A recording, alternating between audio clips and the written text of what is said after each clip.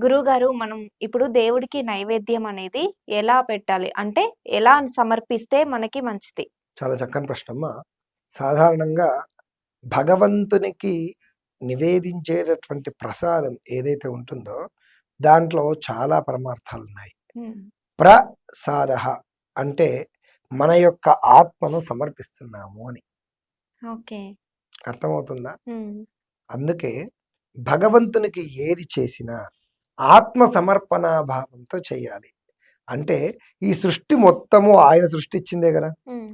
ఆయన సృష్టించింది ఆయనకు నైవేద్యం పెట్టడంలో గొప్పేముంది చెప్పండి?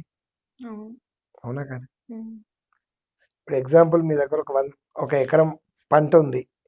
మీరు దాంట్లో ధాన్యం పంట వేసుకున్నారు. హ్మ్. లేదా అదే ఎకరంలో కొన్ని చోట్ల కూరగాయలు, బియ్యము, పప్పు, ఉప్పు కొంచెం కొంచెం కొంచెం వేసుకున్నారు. మీ పంటలో ఉన్నటువంటి ధాన్యంతో మీకే వండి మీకు నైవేద్యం పెడితే దాంట్లో ఏదైనా గొప్ప ఉందా? లేదు. నేను బయటోన్ని హ్మ్. మీ పొలంలో కోసినటువంటి కూరగాయలు, మీ పొలంలో పండించినటువంటి ధాన్యం తీసుకొని, హ్మ్. అయ్యా ఇగో నేను నీకు ఇది నైవేద్యంగా పెడుతున్నా తినండి అంటే, నా పొలంలోది నాకు పెడితే నాకేమొస్తదని నువ్వే అంటావు. అవును.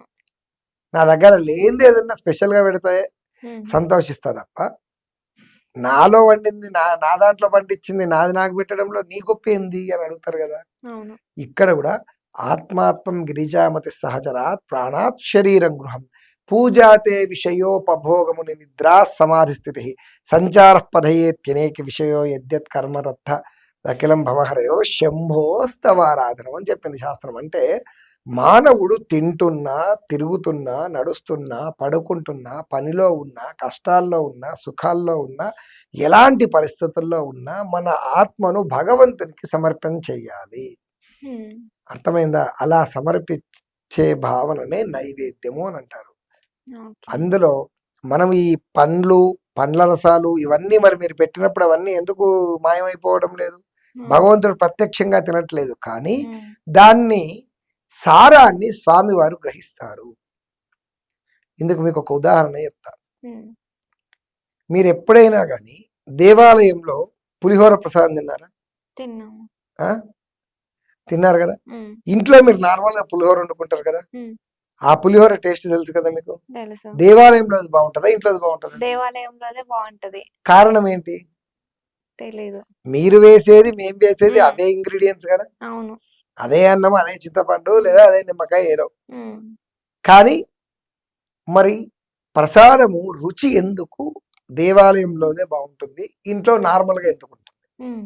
ఎందుకు గురువుగారు? దీనికి కారణం ఏంటంటే ఆఘ్రాణం. స్వామివారి ముందర నైవేద్యం పెట్టేటప్పుడు కొన్ని ప్రత్యేకమైనటువంటి మంత్రములను చెప్పడం జరుగుతుంది. హ్మ్. అలానే ప్రాణాయ స్వాహ అపానాయ స్వాహ వ్యానాయ స్వాహ ఉదానాయ స్వాహ సమానాయ స్వాహ 5 ప్రాణములు. హ్మ్. మనిషికి పంచ ప్రాణాలు అంటారు కదా! అవును.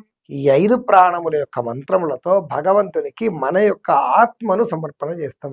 స్వామి మనస్ఫూర్తిగా నేను శరణాగతి వేడుకుంటూ నీకు ఏమి ఇవ్వడానికి నా దగ్గర లేదు. ఎందుకంటే నేను ప్రత్యేకంగా ఏది సృష్టించలేదు. హ్మ్.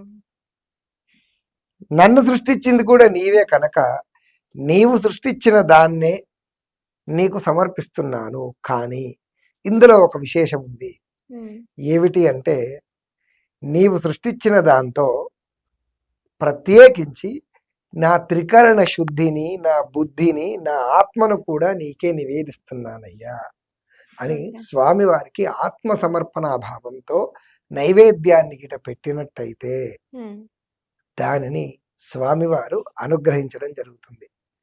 ఆ నైవేద్యంలో ఉండేటటువంటి ఆఘ్రాణం అంటే దాని యొక్క టేస్ట్ మారుతది. హ్మ్. స్వామివారు దానిని ఆరగించారు అనడానికి మనకు ప్రత్యక్ష నిదర్శనం దాని యొక్క టేస్ట్ మారుతది. ఓకే. వంటకు ఆఫ్టర్, బిఫోర్‌కి అదే పదార్థం యొక్క రుచి మారుతది. హ్మ్. ఇప్పుడు మీరు ఇదే పులిహోర హోటల్‌లో తినండి.